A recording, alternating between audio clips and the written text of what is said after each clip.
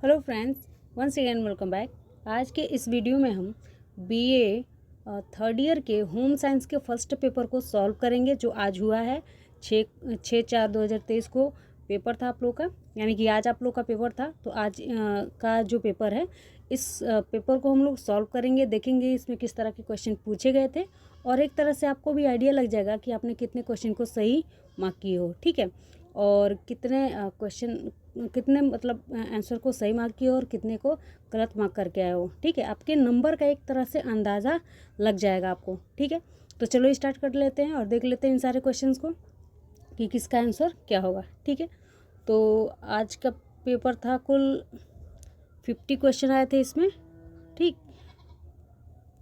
और सबका नंबर्स लगभग सेम ही है, लगभग नहीं सेम ही है, ठीक है। तो पहला आंसर क्वेश्चन देख लेते हैं। पहला क्वेश्चन है, किशोरावस्था की उम्र है। बहुत आप लोग का इजी पेपर आया था, बहुत बहुत ज़्यादा इजी आया था।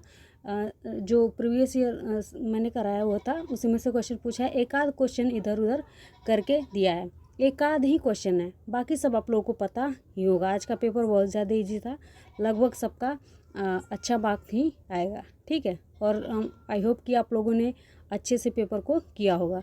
तो चलो देख लेते हैं एक बार किस तरह के क्वेश्चन थे और किस क्वेश्चन का क्या आंसर होगा, ठीक। तो पहला क्वेश्चन है, किशोरावस्था की उम्र है। किशोरावस्था की उम्र है, तो पहला ऑप्शन है इसमें 10 से 13 वर्ष, और दूसरा ऑप्शन है 13 से 18 वर्ष, तीसरा ऑप्शन है यानी कि सी ऑप्शन है 19 से 30 वर्ष, और डी ऑप्शन है 30 से 60 वर्ष। तो इसमें जो आपका ऑप्शन है वो बी करेक्ट हो जाएगा, 13 से 18 वर्ष, यानी कि बी ऑप्शन क्या हो जाएगा, करेक्ट हो जाएगा। हम लोग डायरेक्ट आंसर को ही मार्क करते हुए चलेंगे, ठीक। हरलाख के अनुसार शैशवावस्था होती है। तो सबको पता है कि हरलाख के अनुसार हरलाख ने 0 से 2 सप्ताह तक, यानी कि 0 से 14 दिन या 15 दिन तक माना था शैशवावस्था को। तो इसमें आपका बी आंसर क्या हो जाएगा, करेक्ट हो जाएगा। उसके बाद है, गर्भकालीन अवस्थाएं हैं। गर्भकालीन अवस्थाएं, तो पहला ऑप्शन है बीजावस्था, उसके बाद भ्रूणावस्था, फिर तीसरा ऑप्शन है गर्भस्थ शिशु की अवस्था, उसके बाद है डी, यानी कि उपरोक्त सभी। तो ये आपका डी ऑप्शन इसमें करेक्ट हो जाएगा, ठीक। यानी कि ये तीनों ही अवस्था है आपकी गर्भावस्था की अवस्थाएं हैं, बीजावस्था, भ्रूणावस्था और गर्भस्थ शिशु की अवस्था, यानी कि डी ऑप्शन आपका इसमें करेक्ट हो जाएगा। उसके बाद है, किस अवस्था को अतिव्यापी यानी कि ओवरलैपिंग पीरियड कहते हैं। तो ये है आपका बचपनावस्था, ठीक है। बचपनावस्था को ओवरलैपिंग पीरियड कहिए, सेंसिटिव पीरियड कहिए, या क्रिटिकल पीरियड कहिए, ठीक है। ओवरलैपिंग पीरियड को ही क्रिटिकल पीरियड भी कहा जाता है और सेंसिटिव पीरियड भी कहा जाता है। तो ये आपका आता है बचपनावस्था, यानी कि 0 से 2 वर्ष, ठीक है। आगे देख लेते हैं। अगला क्वेश्चन है, विकास का सिद्धांत है। विकास का सिद्धांत है, तो इसमें ऑप्शन को पढ़ते हुए भी चलेंगे, ठीक है। पहला ऑप्शन है, विकास अवस्थाओं के द्वारा अग्रसर होता है। विकास अवस्थाओं के द्वारा क्या होता है, अग्रसर होता है। दूसरा ऑप्शन है, विकास विशिष्ट से सामान्य की ओर होता है। तो ये तो बिल्कुल गलत है, सामान्य से विशिष्ट की ओर होता है, ये उल्टा दे दिया है, तो ये तो गलत है, ऐसे ही गलत है। और सी ऑप्शन है, विकास एक विशिष्ट अवस्था है। तो ये कोई अवस्था नहीं है, विकास कोई अवस्था विशिष्ट अवस्था नहीं है, यानी कि ये कोई स्पेसिफिक स्टेज नहीं है, ये कई स्टेजों का एक व्यापक रूप है। तो ये भी आपका क्या हो जाएगा, गलत हो जाएगा। ये स्पेसिफिक नहीं है, ये विशेष नहीं है, और उपरोक्त सभी, तो ये भी गलत है। तो इसमें आपका ए ऑप्शन क्या हो जाएगा, करेक्ट हो जाएगा। विकास का सिद्धांत है, विकास अवस्थाओं के द्वारा अग्रसर होता है, यानी कि सबको पता है सबसे पहले गर्भावस्था आती है, उसके बाद से शैशवावस्था, फिर बाल्यावस्था, फिर किशोरावस्था, फिर और भी सारी अवस्थाएं हैं, किशोरावस्था, मध्यावस्था, प्रौढ़ावस्था, मध्यावस्था, उसके बाद वृद्धावस्था, ठीक है, ये सबको पता है। तो इसमें आपका पहला ऑप्शन क्या हो जाएगा, करेक्ट हो जाएगा। उसके बाद है, पियाजे के अनुसार क्रमिक विकास कह रहा है कि पियाजे के अनुसार क्रमिक विकासात्मक अवस्थाएं हैं। तो सबको पता है कि पियाजे ने 4 अवस्थाएं दी थी, कौन कौन सी, तो सेंसरी मोटर, उसके बाद प्री ऑपरेशनल, उसके बाद से कंक्रीट, उसके बाद से फॉर्मल ऑपरेशनल स्टेज। तो ये 4 अवस्थाएं थी, तो इसमें आपका बी ऑप्शन क्या हो जाएगा, करेक्ट हो जाएगा। बी ऑप्शन, ठीक। और उसके बाद है पियाजे के अनुसार 2 से 7 वर्ष की अवस्था को कहा जाता है, तो वो है pre operational stage. Sensory motor 0 से लेके 2 वर्ष, और उसके बाद से 2 से 7 वर्ष आपका प्री ऑपरेशनल आता है, तो इसमें आपका बी ऑप्शन करेक्ट हो जाएगा। उसके बाद है 8वें का मॉन्टेसरी विधि के प्रतिपादक हैं। ये देखो क्वेश्चन प्रीवियस ईयर से पूछा गया है। ये लगभग सारे क्वेश्चन प्रीवियस ईयर से ही ड्राइव्ड हैं, तो इसमें बहुत ज़्यादा मतलब परेशान होने की आप लोगों को ज़रूरत नहीं थी।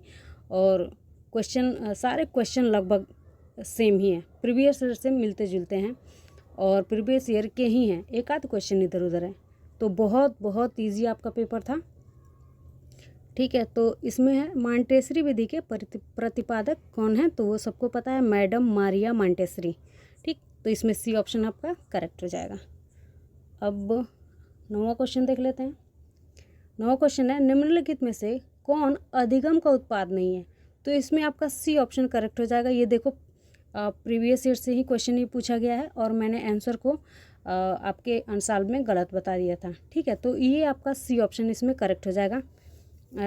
अधिगम का उत्पाद आपका परिपक्वता नहीं है। परिपक्वता क्या है, आपके लर्निंग का प्रोडक्ट नहीं है, तो इसमें आपका सी ऑप्शन क्या हो जाएगा, करेक्ट हो जाएगा। भौतिक संरचना, ज्ञान, कौशल, ये सब आपके अधिगम के उत्पाद हैं, लर्निंग के उत्पाद हैं, आपका परिपक्वता नहीं है, तो इसमें सी ऑप्शन आपका करेक्ट हो जाएगा, ठीक है। उसमें मैंने गलती से गलत बता दिया था, आप लोग इसको देख लेना, ठीक है। तो ये सी ऑप्शन आपका इसमें करेक्ट हो जाएगा। उसके बाद बालकों के संवेगात्मक व्यवहार को प्रभावित करने वाले कारक हैं। बालकों के संवेगात्मक व्यवहार को प्रभावित करने वाले कारक हैं, तो इसमें है आपका बुद्धि, शारीरिक विकास, सामाजिक वातावरण, और डी ऑप्शन है उपरोक्त सभी। तो बालकों के संवेगात्मक व्यवहार को प्रभावित करने वाले कारक ये सभी हैं, तो डी ऑप्शन आपका इसमें करेक्ट हो जाएगा। उसके बाद है विकास, वृद्धि व विकास दोनों प्रारंभ होते हैं, तो ये मैंने बताया था कि ये आपकी वृद्धि और विकास गर्भावस्था से ही क्या होते हैं, प्रारंभ हो जाते हैं, तो इसमें आपका ए ऑप्शन क्या हो जाएगा, करेक्ट हो जाएगा। उसके बाद है बालक की प्रथम पाठशाला है। बालक की प्रथम पाठशाला है, तो ये सबको पता है, परिवार। बालक की प्रथम पाठशाला क्या है, तो वो है परिवार। अब अगला क्वेश्चन देख लेते हैं। नवजात शिशु के शरीर में कुल कितनी अस्थियां होती हैं, ये देखो ये भी प्रीवियस ईयर का क्वेश्चन है। नवजात शिशु के शरीर में कुल कितनी अस्थियां होती हैं, तो 270 और ऐसे नॉर्मल पर्सन में 206 और नवजात शिशु में 270, ठीक है। उसके बाद है सिफेलोकॉडल विकास होता है। सिफेलोकॉडल सब मैंने बताया हुआ था, ये दिशा का सिद्धांत मैंने बताया हुआ था कि आपको पढ़ के ही जाना है, सिफेलोकॉडल और प्रॉक्सिमोडिस्टल।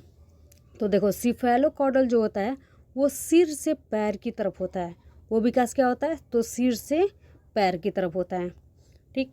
तो ये आपका समझ में आ गया होगा। इसमें आपका बी ऑप्शन क्या हो जाएगा, करेक्ट हो जाएगा। पैर से सिर तक नहीं, और ना ही मध्य से पैर तक, ये आपका मध्य से पैर तक हो जाएगा आपका परिधि, ठीक है, प्रॉक्सिमोडिस्टल हो जाएगा, ठीक है। तो इसमें आपका 14 का अगर देखना है आंसर, सिफेलोकॉडल विकास होता है तो वो सिर से पैर की तरफ होता है, यानी कि इसको हिंदी में मस्तकाधोमुखी विकास कहा जाता है। उसके बाद है 15वां क्वेश्चन है इड, ईगो, सुपर ईगो को परिभाषित किया है, किसने किया है, तो ये भी सबको पता है, फ्रायड ने किया है। फ्रायड का जो मनोविश्लेषणात्मक सिद्धांत है उसी में इड, ईगो और सुपर ईगो की बात कही गई है, तो ये आपका इसमें बी ऑप्शन करेक्ट हो जाएगा। फ्रायड ने इड, ईगो और सुपर ईगो की बात कही है। उसके बाद निम्न में से कौन नर्सरी स्कूल का उद्देश्य नहीं है, तो अच्छी आदतों का निर्माण, ये बिल्कुल सही है, ये है आपका, तो नहीं है पूछा है तो हमको नहीं देखना है। तो संवेगात्मक परिपक्वता का विकास ये भी है, निर्भरता का विकास ये नहीं है, और सृजनात्मकता का विकास, तो देखो इसमें आपका सी ऑप्शन क्या हो जाएगा, करेक्ट हो जाएगा। ये आपके नर्सरी स्कूल का उद्देश्य नहीं है कि बच्चा डिपेंडेंट हो, बच्चा क्या हो, डिपेंडेंट हो। निर्भरता का विकास कोई विकास नहीं है, ठीक है, ये कोई उद्देश्य नहीं है आपके नर्सरी स्कूलों का। आगे है अगला क्वेश्चन है 17वां क्वेश्चन है नर्सरी स्कूल शिक्षिका को होना चाहिए। तो ये तो बहुत ईजी है, थोड़ा सा कॉमन सेंस यूज़ करोगे तो ये हो जाएगा। तो इसमें आपका डी ऑप्शन क्या हो जाएगा करेक्ट। नर्सरी स्कूल के शिक्षिका को सौम्य, मित्रवत और धैर्यवान होना चाहिए। और ये भी देखो, ये भी क्वेश्चन प्रीवियस ईयर का है। इसमें दिया है MA डिवाइडेड बाई CA। तो देखो यहाँ पे आपका रहेगा, ये किसका फॉर्मूला है तो IQ का है। किसका है IQ का। तो इसमें आपका C ऑप्शन क्या हो जाएगा करेक्ट हो जाएगा। ठीक है, करेक्ट हो जाएगा। C ऑप्शन क्या हो जाएगा करेक्ट हो जाएगा।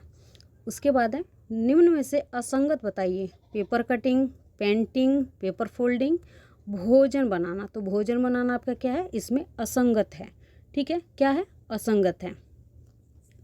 उसके बाद है आपका क्वेश्चन प्राथमिक दांत या दूध के दांत होते हैं तो वो सबको पता है 20 होते हैं। कितने होते हैं 20 होते हैं। और जो प्राथमिक दांत या दूध के दांत कितने होते हैं 20 होते हैं।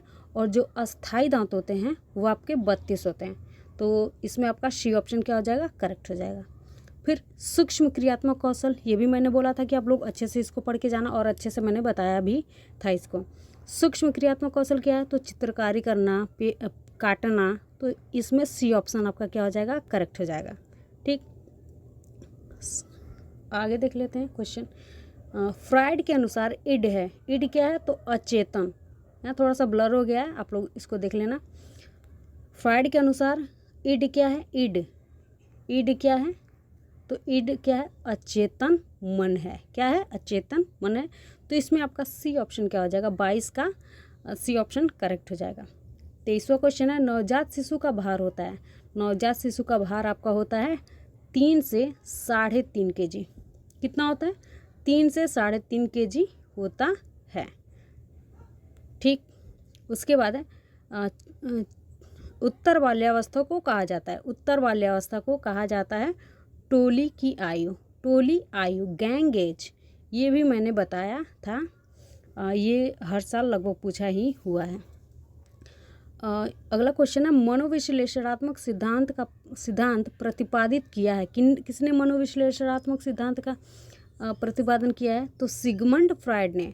इसी सिद्धांत के अंतर्गत उन्होंने ईड, ईगो, सुपर ईगो की बात कही है। तो इसमें आपका ये ऑप्शन क्या हो जाएगा करेक्ट हो जाएगा। ठीक है, अब अगला क्वेश्चन देख लेते हैं। 26 आकार व लंबाई में दिखाई देने वाले परिवर्तन कहलाते हैं तो वो वृद्धि कहलाते हैं। आकार यानी कि जो आपके स्ट्रक्चर में परिवर्तन होता है, जो आपका कह सकते हैं कि जो आपके आकार में, जो आपके लंबाई में, जो आपके भार में परिवर्तन दिखाई देते हैं वो क्या कहलाते हैं वृद्धि कहलाते हैं। ठीक है, विकास नहीं कहलाते, क्या कहलाते हैं वृद्धि कहलाते हैं। तो इसमें आपका ये ऑप्शन करेक्ट हो जाएगा। उसके बाद है बच्चे की सामाजिकरण की प्रक्रिया प्रारंभ होती है तो वो घर से होती है। कहाँ से होती है घर से होती है। ठीक, तो इसमें ए ऑप्शन आपका करेक्ट हो जाएगा। फिर गर्भावस्था होती है 280 दिन। कितने दिनों की होती है गर्भावस्था तो 280 दिनों की होती है। ठीक, अगला क्वेश्चन है बालक के शरीर में अनेक परिवर्तन किस अवस्था में होते हैं तो वो होते हैं आपके किशोरावस्था में अनेक परिवर्तन होते हैं। इसे परिवर्तन का काल भी कहा जाता है।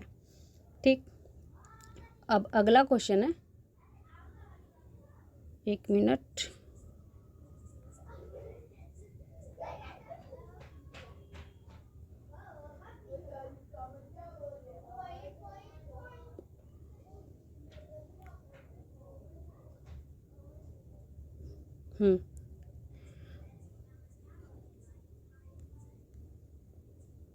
हाँ यहाँ पे दिया है क्वेश्चन नंबर 30 दिया है।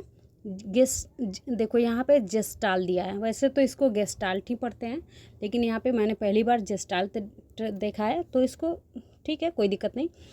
गेस्टाल्ट थ्योरी किससे रिलेटेड है पूछा है कि गेस्टाल्ट का के सिद्धांत का प्रत्यक्ष संबंध है किससे तो सीखने से। किससे सीखने से। देखो इसको सूझ का सिद्धांत भी कहा जाता है और गेस्टाल्ट का सिद्धांत भी कहा जाता है और कोहलर का सिद्धांत भी कहा जाता है। ठीक है, तो गेस्टाल्ट की जो थ्योरी थी वो किसने दी थी तो कोहलर ने दी थी। और ये आपका सूझ का सिद्धांत भी इसको कहते हैं। तो ये किससे रिलेटेड है तो ये सीखने से रिलेटेड है। ठीक है, तो इसमें आपका सी ऑप्शन क्या हो जाएगा, करेक्ट हो जाएगा। फिर बबलाना एक प्रक्रिया है, तो भाषा विकास की प्रक्रिया है। बबलाना क्या है, तो भाषा विकास की प्रक्रिया। बच्चे सबसे पहले क्या करते हैं, तो बबलाते हैं, यानी कि कुछ आ ब ऐसे ऐसे करके कुछ बोलते हैं, ठीक है। तो सबसे प्रथम कह सकते हैं स्टेज है बबलाना, भाषा विकास का प्रथम स्टेज है, ठीक। तो बबलाना क्या है, बबलाना एक प्रक्रिया है भाषा विकास की, तो इसमें सी ऑप्शन आपका करेक्ट हो जाएगा।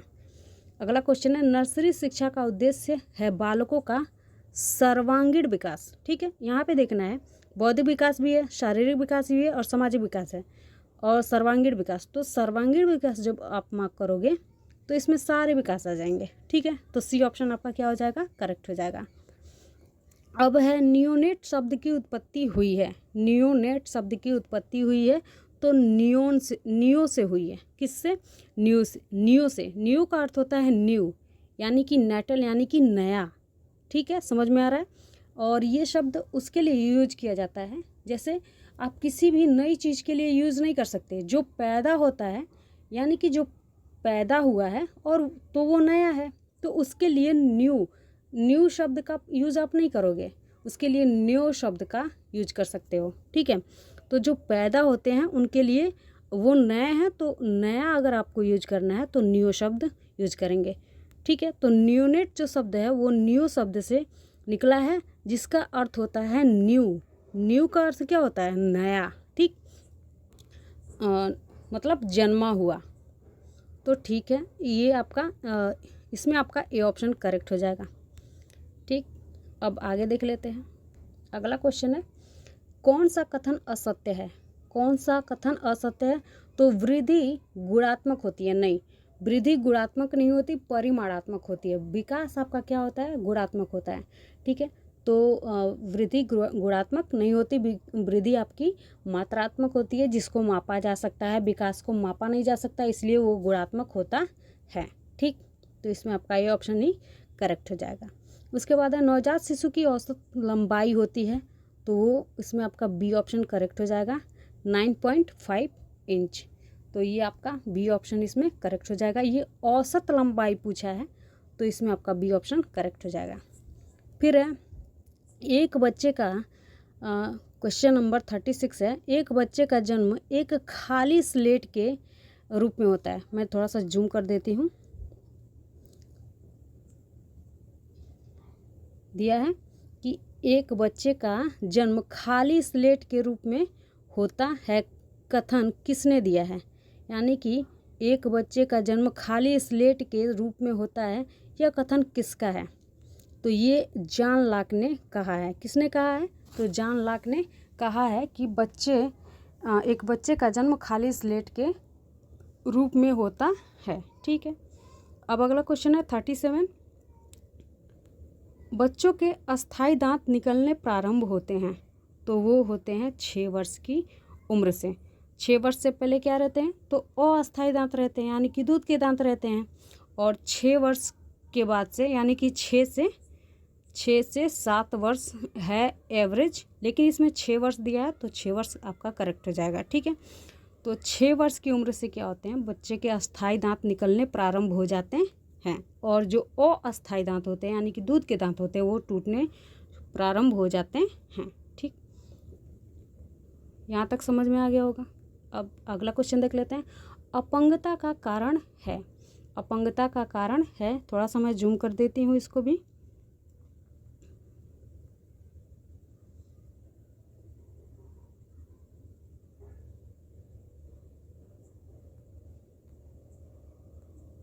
अपंगता का कारण है, तो जन्मजात दुर्घटना, बीमारी, उपरोक्त सभी, तो इसमें आपका डी ऑप्शन क्या हो जाएगा, करेक्ट हो जाएगा। ये उपरोक्त सभी अपंगता के कारण हैं। अगला क्वेश्चन है, किशोरावस्था में कौन सा संवेग तीव्र होता है, तो वो प्रेम का संवेग जो होता है वो किशोरावस्था में तीव्र होता है, तो सी ऑप्शन आपका करेक्ट हो जाएगा। उसके बाद 40 नंबर क्वेश्चन है, किशोरावस्था शैशवावस्था की पुनरावृत्ति है, किसने कहा है, तो ये आपका बी ऑप्शन इसमें करेक्ट हो जाएगा, जोन्स ने, ईवी जोन्स ने कहा है कि किशोरावस्था शैशवावस्था की पुनरावृत्ति है। वैसे आपको कई जगह पर रास भी मिलेंगे, लेकिन रास एक तरह से इस डेफिनेशन को मानते हैं, लेकिन ये डेफिनेशन दिया किसने है, तो जोन्स ने दिया है। ठीक है, तो इसमें आपका बी ऑप्शन क्या हो जाएगा, करेक्ट हो जाएगा। अब अगला क्वेश्चन है, अभिभावक बालक संबंध को प्रभावित करने वाले कारक हैं। तो अभिभावक की अभिवृत्ति, परिवार का आकार, परिवार का सामाजिक आर्थिक स्तर, उपरोक्त सभी। तो ये सभी आपके यानी कि बालक के और अभिभावक के संबंध को प्रभावित करते हैं। तो डी ऑप्शन आपका इसमें करेक्ट हो जाएगा। ठीक है, अगला क्वेश्चन देख लेते हैं 42, क्वेश्चन नंबर 42। शारीरिक अक्षमता से युक्त क्वेश्चन है कि विशिष्ट बालकों के प्रकार हैं। विशिष्ट बालकों के बारे में मैंने बात करा हुआ था पिछले वीडियो में। इधर है कि विशिष्ट बालकों के प्रकार हैं, तो शारीरिक अक्षमता से युक्त, पिछड़े बालक, मंदबुद्धि बालक, उपरोक्त सभी। तो इसमें आपका डी ऑप्शन क्या हो जाएगा, करेक्ट हो जाएगा। ये सारे ही बालक विशिष्ट बालकों की श्रेणी में आते हैं, जो शारीरिक रूप से अपंग होते हैं, अक्षम होते हैं, ठीक है, पिछड़े होते हैं, मंदबुद्धि होते हैं। ये सारे ही आपके विशिष्ट बालकों की श्रेणी में आते हैं। उसके बाद है प्रतिभाशाली बालक हैं। प्रतिभाशाली बालक हैं, प्रसिद्ध बालक ये नहीं, विशिष्ट बालक हाँ ये ठीक लग रहा है। उसके बाद विशेष बालक ये भी नहीं, उपरोक्त में से कोई नहीं। तो इसमें आपका बी ऑप्शन क्या हो जाएगा, करेक्ट हो जाएगा। प्रतिभाशाली बालक विशिष्ट बालकों की श्रेणी में आते हैं। उसके बाद है किंडरगार्टन पद्धति का प्रारंभ किसने किया था, तो फ्रॉबेल ने किया था। किसने किया था, फ्रॉबेल ने। और मॉन्टेसरी का मैडम मारिया मॉन्टेसरी ने। ठीक है, यहाँ तक समझ में आ गया होगा। अब 45 क्वेश्चन है, बालकों के संवेग संबंधित होते हैं तो मूर्त वस्तुओं से। बालकों के जो संवेग होते हैं वो मूर्त वस्तुओं से संबंधित होते हैं। धीरे धीरे वो अमूर्त चीज़ों के तरफ जाते हैं। जो उनमें परिपक्वता आती जाती है तो वो अमूर्त वस्तुओं के तरफ आकर्षित होने, मतलब उस अमूर्त चीज़ों के बारे में चिंतन करना शुरू करते हैं। सबसे पहले बालकों का संवेग पूछ रहा है, ठीक है, बालकों का संवेग पूछ रहा है तो वो मूर्त वस्तुओं से संबंधित होते हैं। तो इसमें आपका ए ऑप्शन करेक्ट हो जाएगा। उसके बाद है 46, क्वेश्चन नंबर 46 है, बालक के पालन पोषण में सबसे, थोड़ा सा कट गया है, हाँ, तो कह रहा है कि बालक के पालन पोषण में सबसे प्रथम स्थान कह सकते हैं तो वो माँ का है। किसका है, माँ का है। इसमें आपका आंसर जो 46 का आंसर है वो फर्स्ट ऑप्शन है ये करेक्ट हो जाएगा। बालक के पालन पोषण में प्रथम स्थान माँ का है। ठीक, अब अगला क्वेश्चन देख लेते हैं। अगला क्वेश्चन है,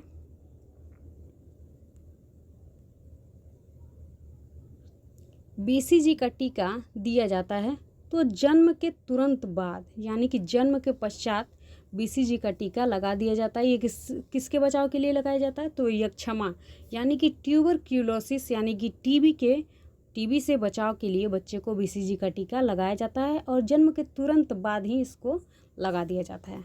ठीक है, अब अगला क्वेश्चन है, वह बच्चे जिनके परिवार का वातावरण प्रजातांत्रिक होता है अन्य बच्चों की अपेक्षा होते हैं, अधिक क्रियाशील व बहिर्मुखी होते हैं। तो इसमें आपका ये ऑप्शन क्या हो जाएगा, करेक्ट हो जाएगा। उसके बाद है 90% मस्तिष्क का विकास हो जाता है। तो देखो ये भी क्वेश्चन मैंने ध्यान से पढ़ा नहीं था और पिछले जो साल में हम लोगों ने सॉल्व किया था तो उसमें मैंने 18 वर्ष को बता दिया था। तो इसमें आपका जो ए ऑप्शन है वो करेक्ट हो जाएगा।